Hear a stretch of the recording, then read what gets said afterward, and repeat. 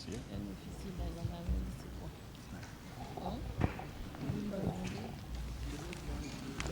À quel titre? Quand ça s'appelle? Asseyez-vous. Le camp de Kalea. C'est quoi ça, le motif qu'il a quitté le camp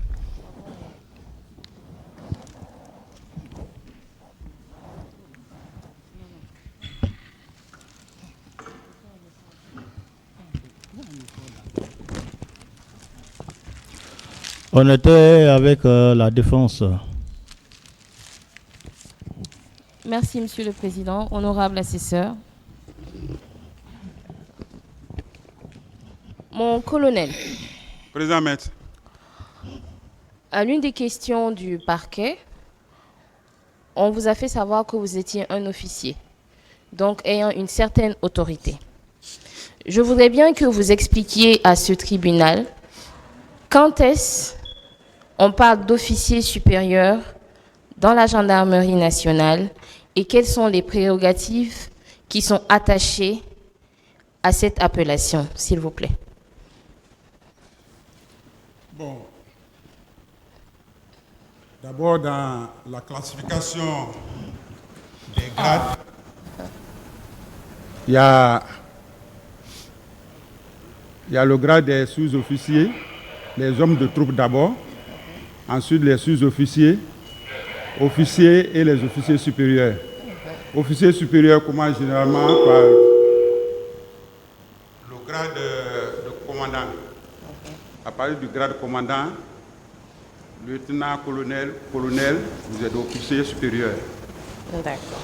Et les officiers subalternes, c'est du grade aspirant, sous-lieutenant, lieutenant et capitaine. Maintenant, le grade sous-officier supérieur, il y a adjudant, adjudant-chef. Sous-officier subalterne, il y a le sergent-chef, le sergent. Et les hommes du rang, il y a le soldat deuxième classe, première classe et le caporal. En tant qu'officier, au moment des faits, vous aviez quel grade, s'il vous plaît, mon colonel? À l'époque, là, j'étais capitaine. Vous étiez capitaine. Oui. Lorsque vous avez été envoyé en qualité d'instructeur au camp de Kalea, parmi les personnes dont les noms sont portés sur la décision numéro 156, qui était celui qui était le plus gradé? Bon, le plus gradé, c'était celui qui était le directeur de l'école. C'est le directeur de l'école qui était le plus gradé? Oui, c'était le colonel Mamadou Salou Baldé, qui était le directeur. Bon, tu peux avoir le même galon que quelqu'un, mais on peut lui confier une responsabilité. Alors, lorsqu'on venait à Kalea, c'est ce colonel-là qui était le directeur de l'école. C'est le colonel Mamadou Salou Baldé qui était le directeur de l'école? Effectivement, à l'ouverture de l'école, oui. Maintenant, on va remonter un peu dans les faits. Vous arrivez à Kalea en juillet 2008, après votre nomination par la décision de l'état-major de la gendarmerie nationale. Oui. Est-ce qu'entre-temps, vous aviez quitté le camp de Kalea avant les événements du 28 septembre 2009? Non, j'étais toujours là. Vous y étiez toujours? Oui. À quel moment vous avez quitté le camp de Kalea? J'ai quitté là-bas en octobre. En octobre de quelle année, s'il vous plaît? Octobre 2009. Et suite à quoi? Non, le haut commandant, à l'époque, le chef d'état-major, avait annoncé que l'école est récupérée par les fantassins. Alors ce n'était plus la peine. Les stages qu'on voulait organiser, c'était maintenant impossible. Et nous avons tous quitté l'école. Donc vous avez quitté l'école après qu'on vous a informé que l'école était récupérée par les fantassins? Effectivement. D'accord. Maintenant, je voudrais savoir, après le camp de Kalea, quelle a été votre nouvelle affectation? Après le camp de Kalea, je suis allé à la compagnie territoriale de Koubia. En qualité de? J'étais le commandant adjoint. Vous étiez le commandant adjoint. De là-bas, je suis venu à Mamou comme commandant de groupement de la gendarmerie territoriale de Mamou. D'accord. Où j'ai servi 9 ans. Vous avez servi 9 ans à Mamou? Oui. D'accord. Maintenant, mon colonel, Vous avez quitté Kaléa sur instruction Du chef d'état-major. Du chef d'état-major de la gendarmerie nationale. Oui, Qui vous a fait savoir que le camp avait été récupéré par les fantassins. oui. Donc, chose qui voudrait sous-entendre que n'étant pas de l'armée et que les formations étant différentes, vous ne pouviez plus maintenir votre position là-bas parce que les deux corps n'étaient pas les mêmes. Bon, il y avait ça, mais c'est que ils avaient complètement occupé l'école. On n'avait plus maintenant notre raison d'être là. Donc, l'école a complètement été occupée par les fantassins. Oui, la gendarmerie a récupéré l'école seulement en 2011, pendant la réforme. D'accord. Maintenant, mon colonel, je voudrais savoir, on vous a demandé ici si, à votre connaissance, des recrues ont quitté Kaléa. Vous nous avez fait savoir qu'à votre connaissance, non. Si les recrues, à votre connaissance, n'ont pas quitté Kaléa, et ceux qui sont partis sur les lieux, nous estimons qu'ils avaient déjà une certaine expérience, un certain maniement des armes. Est-ce que ces personnes ne viendraient pas des premiers ou deuxièmes recrutements qui avaient été faits sous l'égide du CNDD à l'époque? Oui, mais celui qui m'a dénoncé pour que je sois devant cette barre, il avait dit, que les éléments sont venus du centre d'instruction de l'armée de mer. Il avait dit. C'est après, 13 ans après, quand il a dit 13 ans après, il a changé de version. Je vous remercie, Monsieur le Président. Merci, Monsieur le Président, Messieurs les assesseurs. Colonel, bienvenue. Président Maître. De l'autre côté, on vous a posé la question de savoir si il était prouvé que les gens sont partis de Kaléa pour aller perpétrer des massacres au stade. Est-ce que, à supposer que ça soit le cas, est-ce que ça c'est de votre responsabilité? Ça ne relève pas de moi. Parce que c'est des éléments que moi je n'avais pas de contrôle sur eux. Bien. Tout à l'heure, on nous a fait lire un document qui serait venu de la région. Je précise, Monsieur le Président, que cette pièce ne figure pas dans le dossier de colonel Bienvenu. En tout état de cause, nous allons nous évertuer à en parler. On vous dit, on oppose à l'acte qui vous a envoyé à Kaléa une lettre de celui-là qui vous a succédé à la région. Dans la nomenclature des actes, est-ce que entre les deux, on peut prendre cette lettre comme crédible entre votre acte, entre la déclaration de votre supérieur hiérarchique, général Baldé, qui a déclaré ici que vous n'avez jamais été directeur de Kaléa en son temps, et la lettre qui, selon le parquet, dit que vous avez été directeur de Kaléa. Qu'est-ce qu'il convient de prendre comme vrai? Sur cette correspondance, il devrait joindre mon acte de nomination. Mon acte de nomination, parce que lui-même, sur cette lettre, il a joint à cette lettre lui-même le décret qu'il a nommé à Kaléa comme directeur du centre d'entraînement des forces de gendarmerie. Il a joint à cette lettre le programme d'installation qui a été délivré par l'inspecteur général des forces armées. Il a joint à cette liste le procès verbal de passation de service. Alors, le mieux pour lui, pour dire que moi j'étais le directeur, ça revenait à lui de joindre aussi mon acte de nomination. Bien. Et il se trouve que les éléments qui lui ont été demandés, il a répondu à ça dans un premier temps, selon la lecture du parquet. Il a déclaré qu'il n'y existe aucun registre. C'est-à-dire qu'il n'y a aucune archive concernant la période. Mais il ajoute que selon les informations, il y a eu ça. Est-ce que vous pensez qu'une telle façon de répondre à un courrier avec des éléments précis est crédible? Ce n'est pas du tout crédible. Surtout que c'est un officier de police judiciaire. Il ne doit pas travailler comme ça. S'il doit renseigner le parquet, il doit donner au parquet quelque chose qui est fiable. Très bien. Est-ce que par là, on peut considérer qu'en déclarant que vous étiez le directeur de centre, la période indiquée, c'est-à-dire 2009,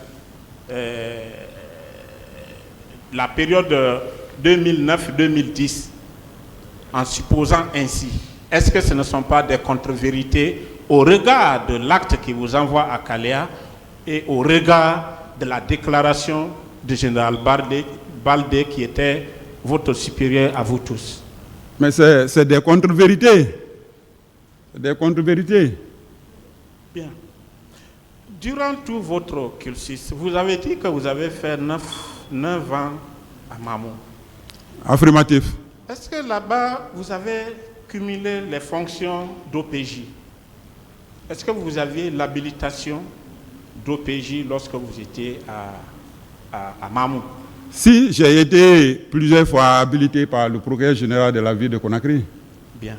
Durant votre passage, pendant ces 9 ans, Oui. est-ce que vous avez une seule fois été interpellé pour quelque manquement que ce soit, aussi bien par votre supérieur hiérarchique de façon administrative et votre supérieur sur le plan juridictionnel? À ma connaissance, non. Est-ce que vous aviez de bonnes appréciations ou de bonnes relations avec votre parquet d'attache?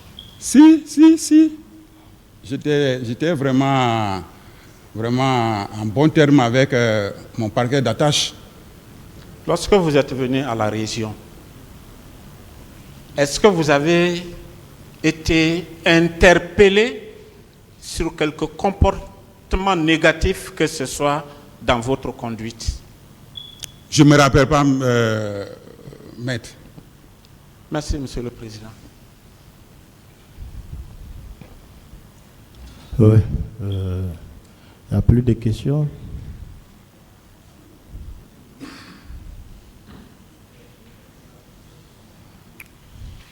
Le micro.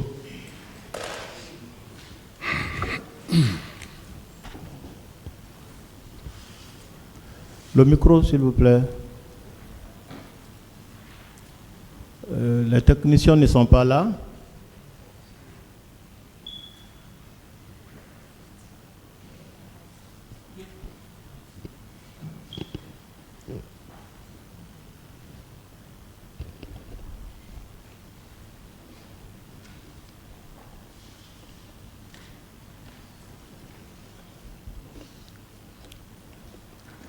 Merci, Monsieur le Président. Monsieur le Président, honorable assesseur du tribunal criminel, il résulte de l'information de l'ordonnance de renvoi que l'accusé est poursuivi pour des faits de complicité, d'assassinat, de viol, de torture et autres infractions. Ces infractions, bien que juridiquement fondées au regard des éléments constitutifs, ces qualifications ne prennent pas pleinement en compte de la nature, de l'ampleur et du contexte dans lesquels les faits ont été commis. Les éléments obtenus suite à des différentes questions posées démontrent que les actes commis dépassent le cadre d'infractions isolées ou ordinaires. Alors, attendu que les faits s'inscrivent dans le cadre d'une attaque généralisée en raison de leur ampleur, du nombre des victimes et en raison de leur caractère organisé, planifié et méthodique, que cette attaque était dirigée contre une population civile identifiables en raison de leur opposition à la candidature de capitaine Moussa Dadis Camara aux élections présidentielles. Que les faits reprochés à l'accusé, notamment la complicité de meurtre, de viol, de torture, en passe, entrent expressément dans les actes constitutifs de crimes contre l'humanité.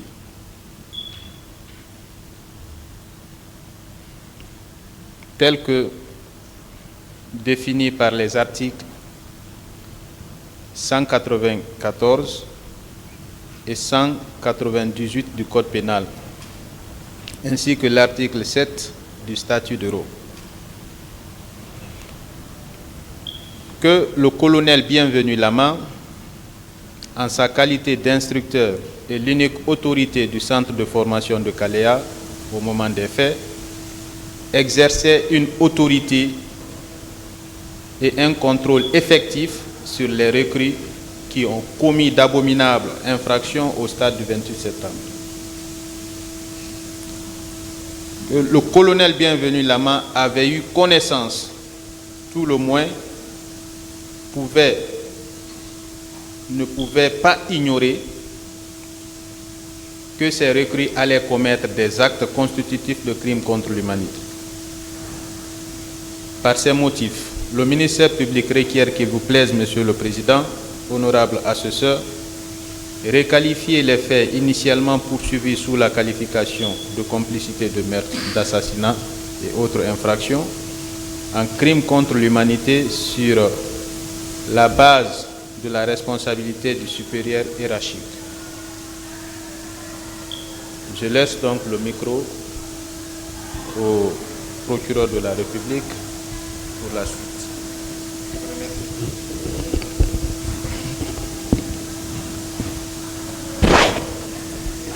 Alors, merci, Monsieur le Président. Merci, Messieurs les assesseurs. À la suite des observations formulées par mon collègue prédécesseur ici, tendant à la requalification des faits initialement poursuivis pour des complicités de meurtre en des faits de crimes contre l'humanité et de responsabilité pénale du supérieur hiérarchique et militaire. Monsieur le Président, je vais abonder dans le même sens. Pourquoi la requalification s'impose? Pourquoi elle est de droit? Pour deux choses. Tant sur les faits que sur le droit lui-même. Monsieur le Président, Messieurs les assesseurs, de quel fait vous êtes saisi? Vous êtes saisi de faits de meurtre sur un nombre de 150 et quelques personnes. Tuées dans un périmètre bien déterminé, c'est-à-dire dans l'enceinte du stade du 28 septembre. De quel fait vous avez été également saisi, Monsieur le Président? Il s'agit de cas de viol portant sur des centaines de femmes violées à ciel ouvert. Il s'agit également, Monsieur le Président, de cas de torture portant sur un nombre élevé. Il s'agit également, Monsieur le Président, de cas de disparition forcée. Monsieur le Président, tous ces faits ont été commis sur une population civile désarmée, sans aucun moyen de défense. Pour quel motif? Pour des motifs politiques. Monsieur le Président, si le parquet a sollicité la requalification, c'est tenant compte de la gravité de ces faits. Il vous a dit ici la différence entre un crime ordinaire et un crime aussi grave que cela, un crime contre l'humanité. Il y a un peu des éléments caractérisants qui font un peu la différence. D'abord, c'est à travers les actes que nous venons d'évoquer tout à l'heure. mais aussi, Monsieur le Président, surtout le contexte dans lequel ces actes ont été commis. Je vous ai rappelé ici, Monsieur le Président, ces faits ont été commis par une attaque systématique ou généralisée contre une population civile. Et Monsieur le Président, ceux-là qui ont commis ces actes savaient le résultat qu'ils voulaient obtenir. Ça, Monsieur le Président, c'est constant. Quand vous prenez également la requalification de la responsabilité pénale du supérieur hiérarchique ou militaire, là également, Monsieur le Président, vous comprendrez que en droit guinéen, comme en droit international, les faits que nous avons débattus ici également s'imposent. Si vous avez un responsable militaire, un officier de la gendarmerie, qui au moment des faits assumait une certaine autorité, dont une bonne partie de ceux-là qui ont commis ce massacre, ce jour au stade du 28 septembre, il avait la lourde responsabilité d'en assurer l'autorité, n'a rien fait, ni prévenir, ni empêcher que ceux-là se rendent au stade pour commettre ces actes.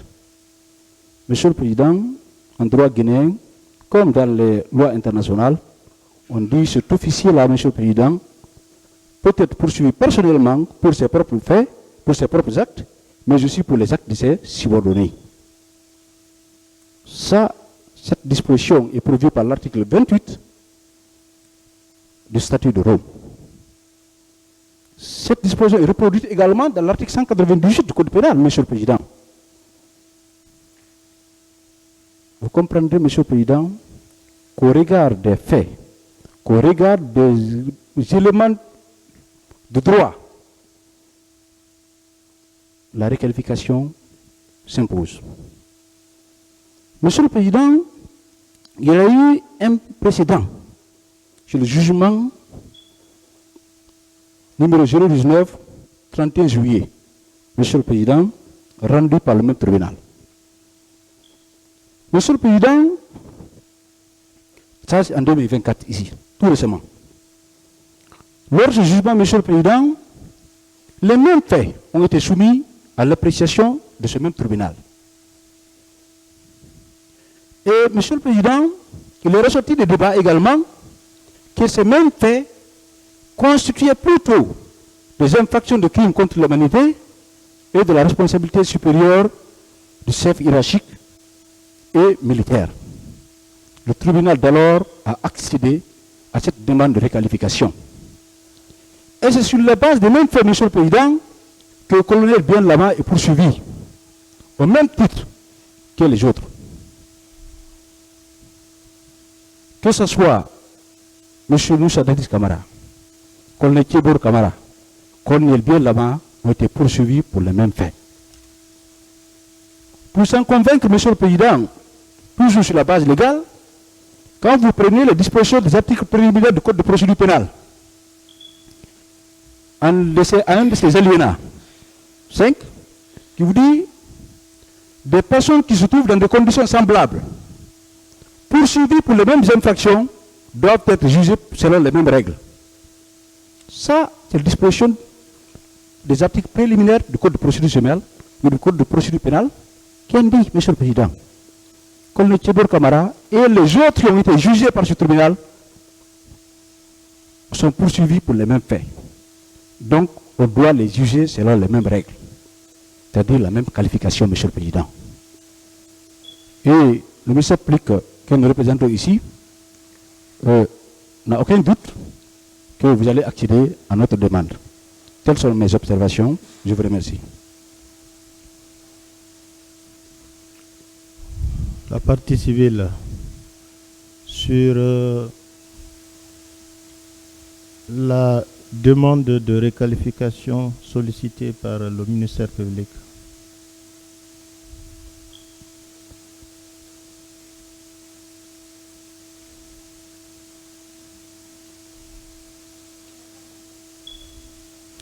Passez le micro, s'il vous plaît.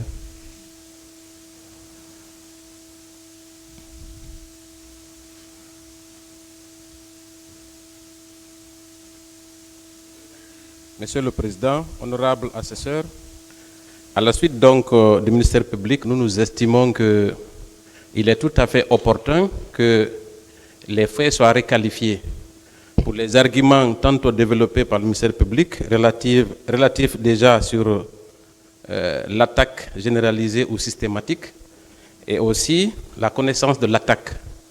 Ces éléments concrets ont été déjà développés amplement par le ministère public sur lesquels je ne vais pas revenir.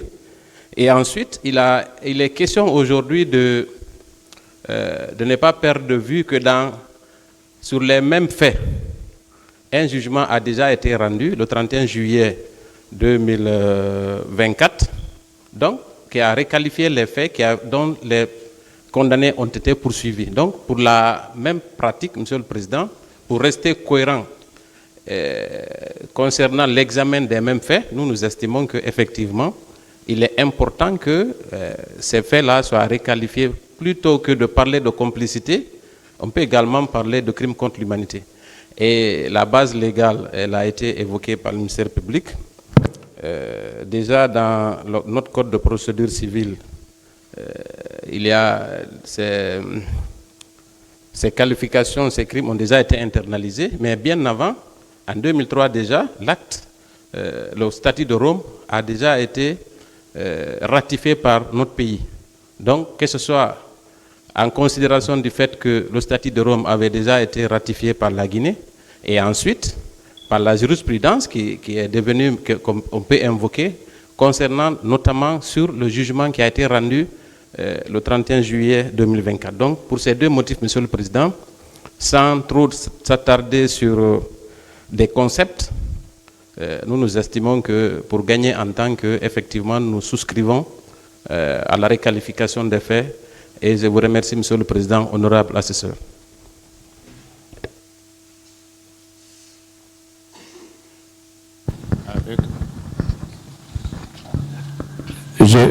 Je vous remercie, Monsieur le Président. Je remercie également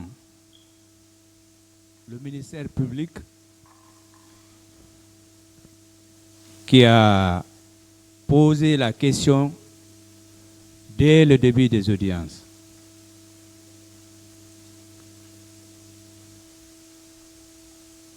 Personnellement, depuis 2009, nous battons pour que ces faits-là soient reconnus comme étant des faits qui relèvent des crimes contre l'humanité. Donc je me joins au ministère public et je m'en remets à vos sagesses. Je vous remercie.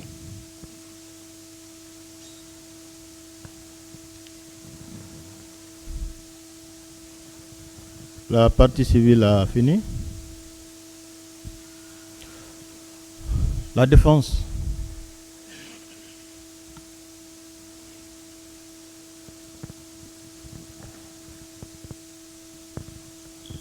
Monsieur le Président, messieurs les assesseurs, le droit pénal n'est pas un droit de rattrapage. Le droit pénal n'est pas un droit qui permet de rattraper ce que nous avons laissé partir. Non, Monsieur le Président. Cette procédure, si ce n'est pas, comme le colonel aime dire, les faits du destin, ce dossier serait clos il y a longtemps. Monsieur le Président. Monsieur le Président, la qualification de crime contre l'humanité évoquée par le parquet constitue en droit pénal la qualification la plus grave. Parce qu'elle doit obéir à des conditions cumulatives, Monsieur le Président. Strictes et impératives, dont l'absence d'une seule suffit à écarter la qualification sollicitée, Monsieur le Président. Monsieur le Président, en droit international pénal, notamment l'article 7 du statut de Rome, Monsieur le Président, et même si nous prenons les jurisprudences, bon, on nous fait voir une jurisprudence qui n'est même pas encore devenue définitive parce que la décision rendue a fait l'objet d'un recours par le parquet lui-même et aussi par les défenses ou la défense. Donc, il ne peut pas servir de jurisprudence. Quand nous devons parler de jurisprudence, parlons de jurisprudence internationale. C'est ça la jurisprudence. Faisons le droit comparé, Monsieur le Président. Donc, si nous essayons de parler de jurisprudence, prenons la jurisprudence, la décision qui a été rendue par le tribunal spécial sur les affaires commises par à l'Est-Yougoslavie, au Rwanda et même par la Cour internationale de justice.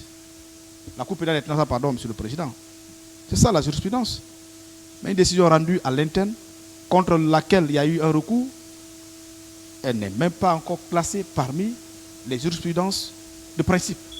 Pas du tout, Monsieur le Président. Comme je le disais, Monsieur le Président, un crime contre l'humanité suppose nécessairement une attaque généralisée ou systématique, Monsieur le Président. En deuxième lieu, l'attaque doit être dirigée contre une population civile.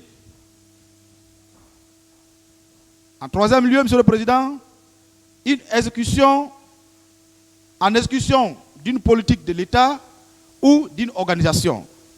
En quatrième, avec connaissance de cette attaque par l'auteur et un lien personnel, Monsieur le Président, et intentionnel avec les actes incriminés, Monsieur le Président. Ces 5 actes, Monsieur le Président, que je viens de citer, sont cumulatifs. Ils sont cumulatifs, Monsieur le Président. La poursuite, le parquet, Monsieur le Président, cherche à contourner. Parce que, Monsieur le Président, le parquet ne trouve absolument pas d'acte matériel dans ce dossier. Contre le colonel Bienvenu, qui est d'ailleurs un cadre. Il est bien arrêté intellectuellement, Monsieur le Président. Il n'est pas comme les accusés qu'on a connus ici. Pas du tout. Il connaît son dossier, il a la maîtrise de son dossier.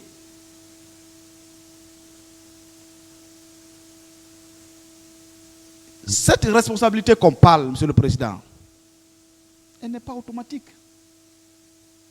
La responsabilité du supérieur, elle n'est pas automatique.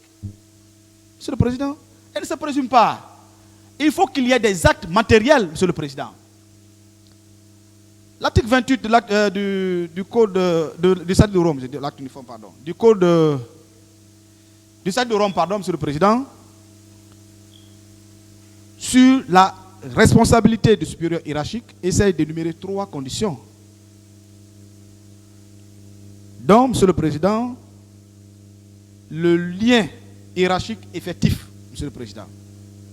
Ça veut dire, ceux-là qui ont agi doivent être placés directement sous l'autorité de celui qui est poursuivi. L'autorité doit avoir une connaissance réelle, Monsieur le Président, ou constructive des infractions qui doivent être commises, Monsieur le Président. En troisième lieu, Monsieur le Président, l'omission fautive, le fait pour l'autorité de ne pas empêcher la commission, Monsieur le Président. Ce sont les 3 conditions pour qu'on parle, Monsieur le Président, de qualification de crime contre l'humanité pour faire des supérieurs hiérarchiques. Dans le présent cas, Monsieur le Président,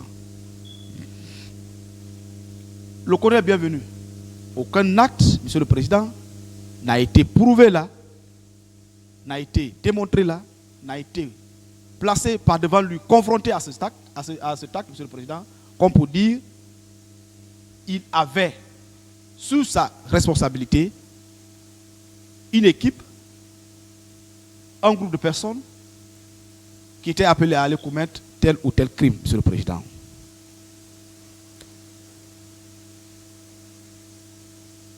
On lui a posé la question relativement à sa qualité de directeur. Il vous a dit qu'il n'était pas directeur de centre. Il n'était également pas directeur de stage. Il était instructeur. Un instructeur, c'est un enseignant, comme nous le connaissons, comme nous avons tous bénéficié. Monsieur le Président, il vient, il enseigne et quitte.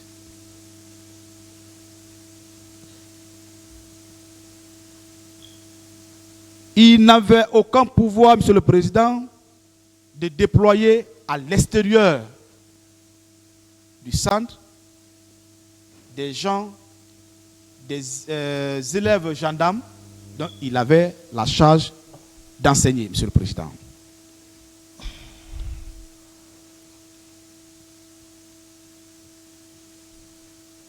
Aucun acte, Monsieur le Président, n'a également prouvé la chaîne de commandement dont lui, il était détenteur, Monsieur le Président. Monsieur le Président, le parquet, il est en cours d'argument.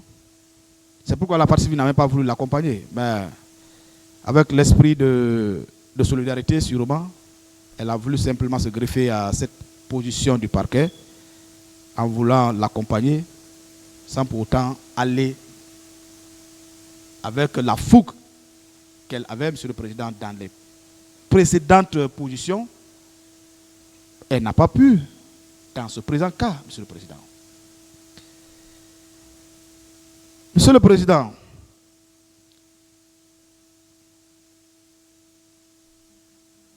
la question sur la connaissance des infractions poursuivies. Monsieur le Président, le colonel Bienvenu vous a dit là, ni à la veille, ni les jours suivants, il n'était pas sorti du centre. Il était au centre. Il n'avait aucune connaissance sur les manifestations, ou en tout cas sur les comportements de ceux-là qui s'étaient rendus au stade. Et que de sa connaissance, il avait le pouvoir d'empêcher. C'est quand on a une autorité sur un groupe de personnes qu'on a au moins le pouvoir d'empêcher ces actions. Ceux-là qui s'étaient rendus au stade, est-ce que c'est des gens, c'était des élèves gendarmes? M. le colonel nous a dit qu'il n'avait pas d'élèves gendarmes au centre. Il était allé préparer l'arrivée des stagiaires. Et le centre était compartimenté, Monsieur le Président. Donc, il n'y avait aucun effectif, Monsieur le Président, sous sa gouverne, Monsieur le Président. C'est pour toutes ces raisons, Monsieur le Président, sans pour autant vous retenir si long, nous vous prions de bien vouloir constater qu'il n'y a aucun acte qui n'existe dans le dossier, un acte matériel incriminant le colonel Bienvenu Lama relativement à cette histoire d'actes de supérieur hiérarchique. En second lieu, il n'était pas l'autorité hiérarchique effective, comme le parquet et la partie civile sont en train d'insinuer. Il n'avait pas connaissance, Monsieur le Président, démontrer des actes qui ont été commis. Et, Monsieur le Président, il ne s'est pas abstenu d'arrêter parce qu'il n'était même pas informé de la commission de quoi que ce soit, Monsieur le Président. Comme pour dire, Monsieur le Président, il vous plaira de bien vouloir écarter ces observations du ministère public tendant à la requalification des infractions poursuivies. Je vous remercie.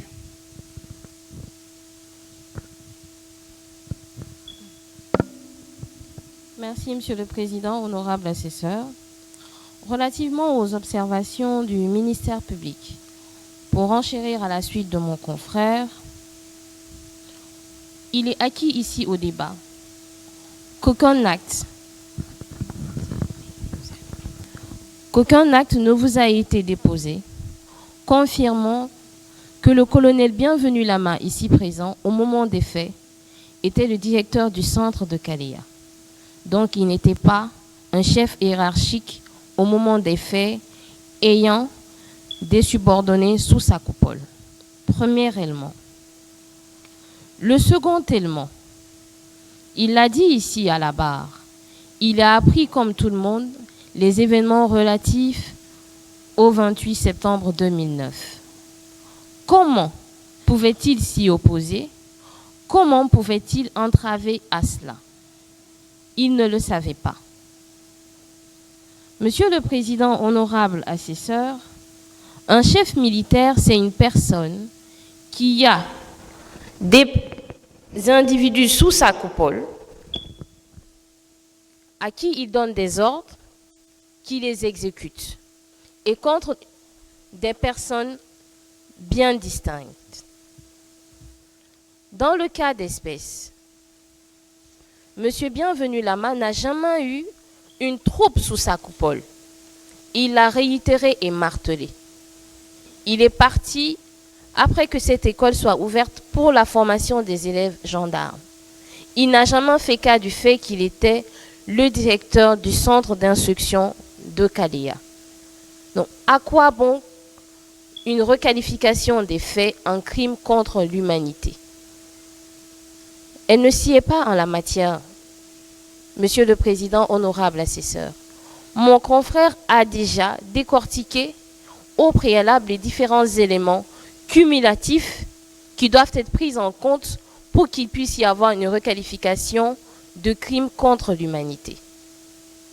Il n'était pas un chef hiérarchique, il n'avait pas de troupes sous son ordre, il n'avait pas donné d'instructions en ce sens et il n'avait pas connaissance des actes qui devaient être perpétrés.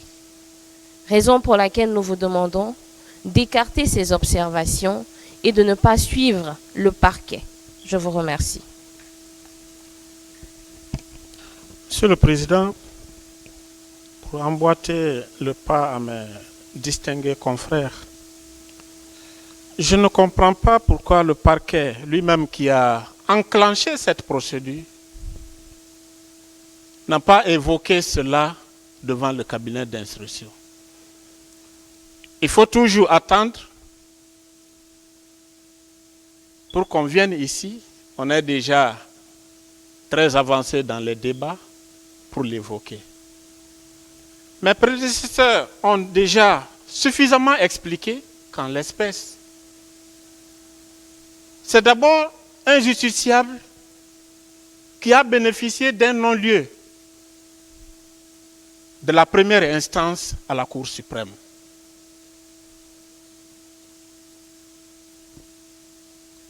C'est un justiciable qui vous a expliqué l'acte qui l'envoie à Kalea.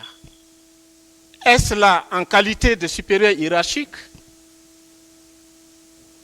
ou en qualité d'exécutant? Cela a été suffisamment exposé par mes prédécesseurs. Je ne vous prendrai pas du temps pour cela. En l'espèce, Monsieur le Président, parlant de la requalification des faits, il s'agit d'une situation beaucoup plus grave. Alors, au moment des faits, nous avions des dispositions en matière pénale. Et il vous souviendra, Monsieur le Président, que dans ce dossier, il y a eu déjà une requalification devant le pool des juges. Et le parquet avait estimé que ces faits ne devaient pas être traités comme étant des infractions qui relèvent du statut de Rome. Mais pourquoi c'est à la phase de jugement qu'il faille encore revenir sur la même question? Faut-il prendre des dispositions du code pénal plus douces ou des dispositions plus graves, Monsieur le Président? Pour notre compréhension, Monsieur le Président, lorsqu'il s'agit de l'application des dispositions du Code pénal dans le temps, en ce qui concerne le prévenu, en ce qui concerne l'accusé, c'est les dispositions les plus douces qui s'appliquent. On ne peut pas changer les règles de jeu au cours du match. C'est pourquoi, Monsieur le Président, puisqu'il a été suffisamment expliqué que les conditions de la responsabilité du supérieur hiérarchique ne sied pas en l'espèce, étant entendu que les personnes qu'on dit s'être rendues au stade du 28 septembre ne relevaient pas de son pouvoir ni de son autorité.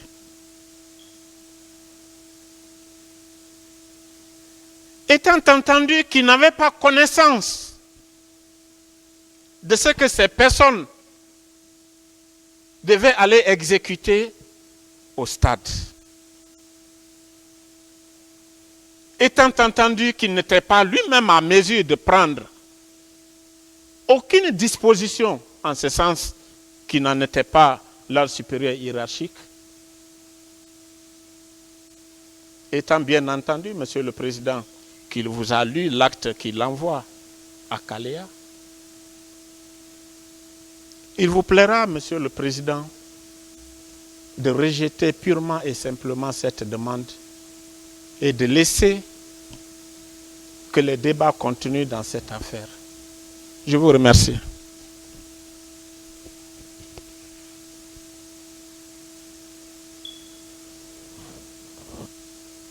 Oui, le ministère public a quelque chose à ajouter.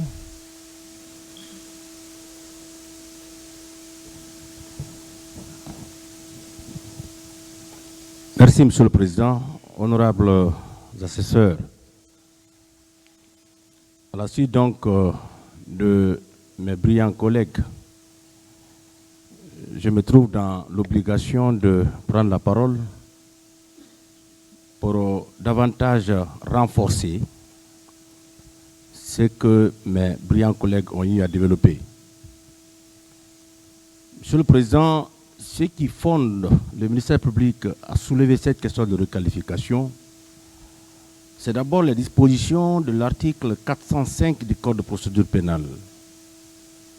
Parce que cet article permet au ministère public, à toutes les phases de la procédure, de soulever cette question de requalification. Aussi, Monsieur le Président, ce qu'il faut dire, c'est que l'accusé ici affirme qu'à la date du 28 septembre 2009, il était bel et bien à Kaléa. Or, Monsieur le Président, il est de notoriété publique, comme d'ailleurs l'atteste le jugement du 31 juillet 2024, que 300 recrues ont quitté Kaléa pour venir perpétrer ces massacres au 28 septembre. Ça, c'est une évidence, Monsieur le Président. Et l'accusé à la barre vous a dit que le 28 septembre, il était bel et bien à Kaléa, même s'il n'y avait aucun élève gendarme en formation. Il n'y avait aucun élève gendarme en formation, il était là. Qu'est-ce qu'il faisait là, Monsieur le Président? Mieux, ce qu'il faut préciser, c'est qu'il n'y a jamais été dit ici que ce sont les gendarmes qui ont quitté Kaléa pour venir commettre ces faits-là au 28 septembre. Ce sont des fantassins. Ça, c'est une évidence, Monsieur le Président. Donc, nous nous posons la question de savoir, un formateur, un encadreur de la gendarmerie, qu'est-ce qu'il va chercher au sein d'un camp où pratiquement il n'y a aucun élève gendarme? Donc, Monsieur le Président, nous soutenons avec force cette réquisition de requalification parce que il va même de l'intérêt de l'accusé qui est là. Il est important, Monsieur le Président, que lorsque des faits sont portés devant le tribunal, qu'on donne à ces faits-là une meilleure qualification. Ça y va de l'intérêt de tous les juristes, en tout cas tous ceux-là qui pratiquent le droit, Monsieur le Président, ça y va de leur intérêt. Donc nous insistons là-dessus. Il est important de procéder à cette réquisition. Ça va permettre au tribunal d'entreprendre une décision qui, naturellement, ne fera que refléter la nature des faits qui ont été commis. Je vous remercie. La partie civile.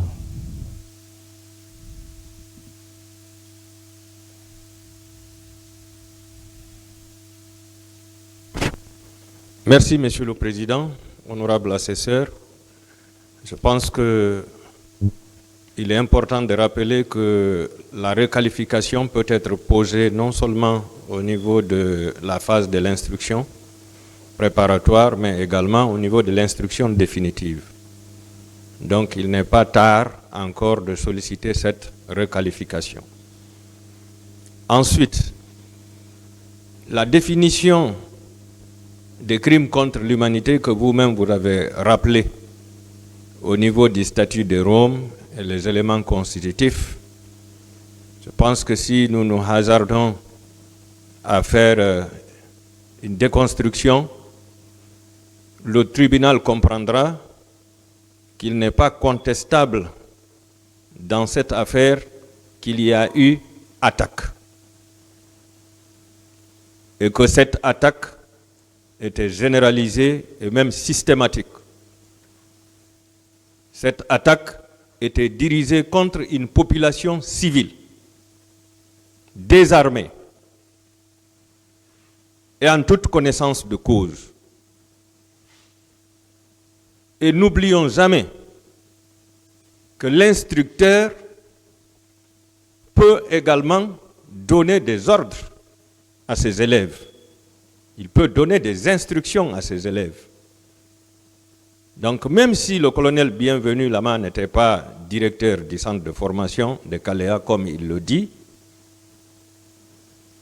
même s'il n'a pas rapporté la preuve, mais en sa qualité d'instructeur, il avait une autorité sur ses élèves.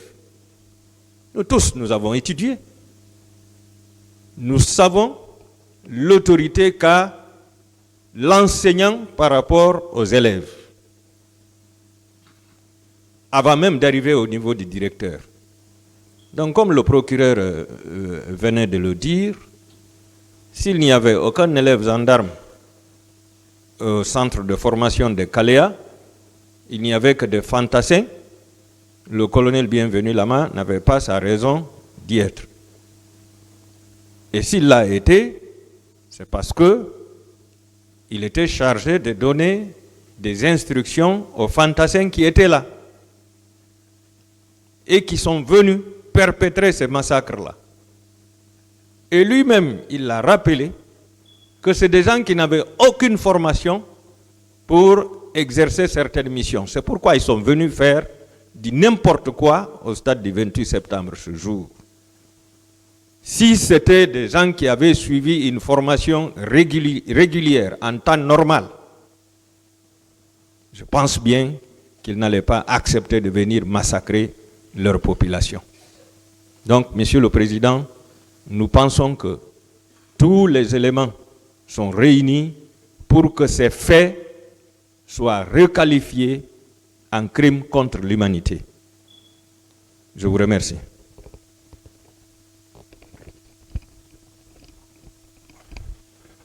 Merci, Monsieur le Président. La requalification est au cœur de cette affaire. Monsieur le Président, vous vous souviendrez que la décision qui avait été rendue le 31 juillet 2024 avait requalifié les faits en crimes contre l'humanité. Et le colonel Bienvenu Lama fait partie de ceux qui étaient les instructeurs.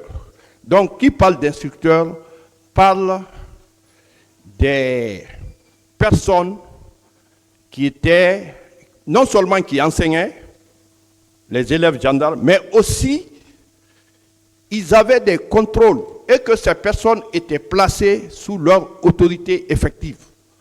Et le jour du massacre du 28 septembre, le colonel Bienvenu Lama était à Kaléa. Donc s'il était à Kaléa, c'est que ce n'était pas fortuit, Monsieur le Président, et que nous savons que quand on est militaire, même si vous n'avez pas la volonté de prendre une décision de façon unilatérale, mais vous pouvez recevoir des ordres qui vous disent faites ça.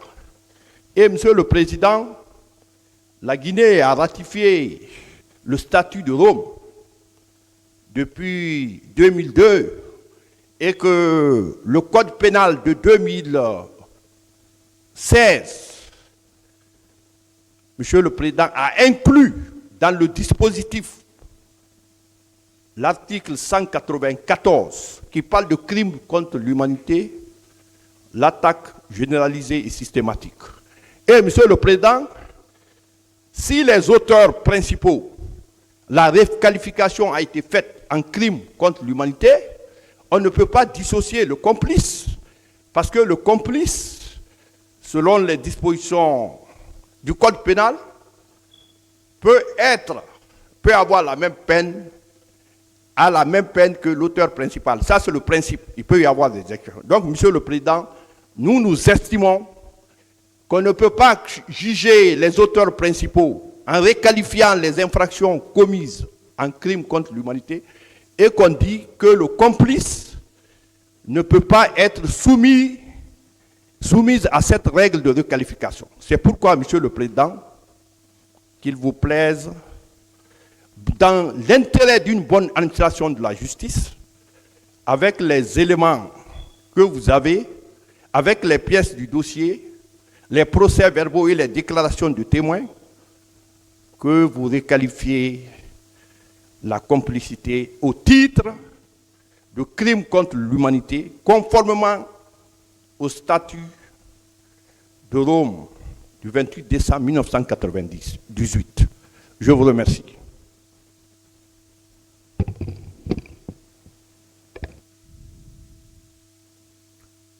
La défense veut répliquer. Il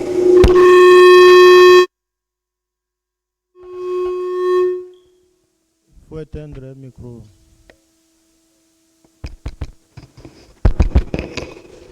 C'est bon.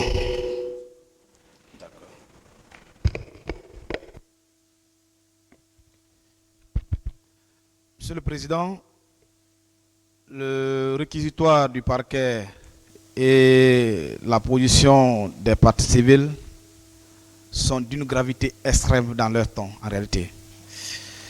Elles sont impressionnantes, ils sont impressionnants, pardon, dans leur forme, mais juridiquement, Monsieur le Président, ils sont insuffisants.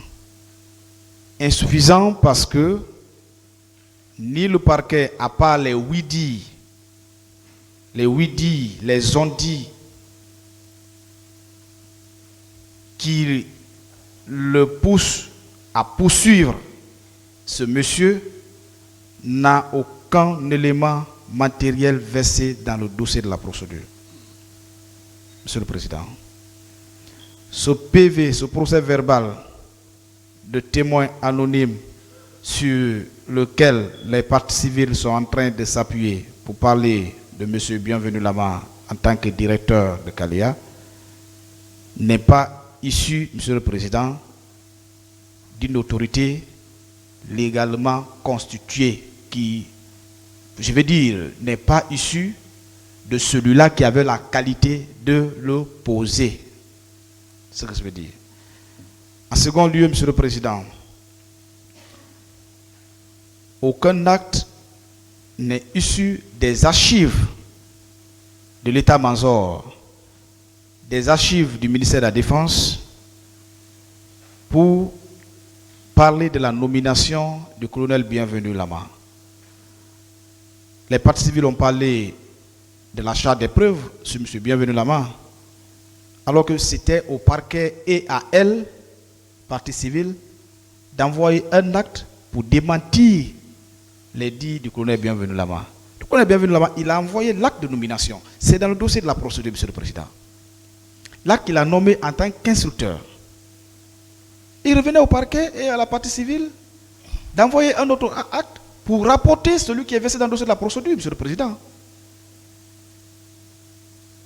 Dire qu'on connaît, qu'on a tous étudié, être instructeur, on peut avoir une influence sur l'élève. Monsieur le Président, la vie civile n'est pas comme la vie militaire. Hein. La vie civile n'est pas à confondre à la vie militaire. Et être élève, c'est un certain moment de la vie, parce qu'on a moins de 18 ans. On a moins de 18 ans. Mais être militaire, être gendarme, c'est carrément des pères de famille qui sont là.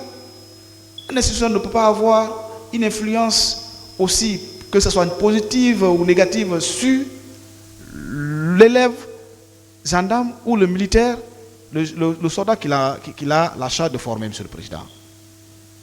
Donc on ne confonde pas les deux sujets de la vie sociale. Le militaire est différent de l'élève dans la vie civile, Monsieur le Président. C'est pour toutes ces raisons, Monsieur le Président,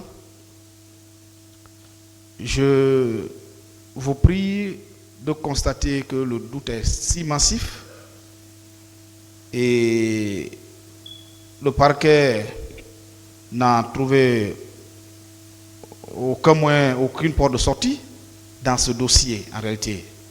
Parce qu'il pensait que cet accusé si présent était à confondre aux autres accusés qu'il a connus de par le passé, Monsieur le Président. Ce n'est pas la même chose. Donc je vous prie de bien vouloir rejeter les réquisitions du parquet, tendant à la requalification des faits, et dit et juger que les éléments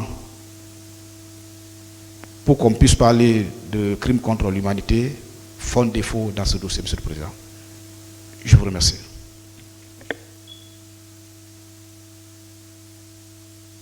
C'est bon.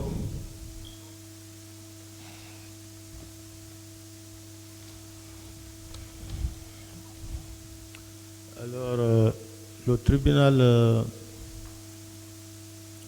a mis cette question en délibéré pour décision à être rendue le 13 janvier 2026, demain, mardi. Colonel, rejoignez votre place, s'il vous plaît. Merci, Monsieur le Président.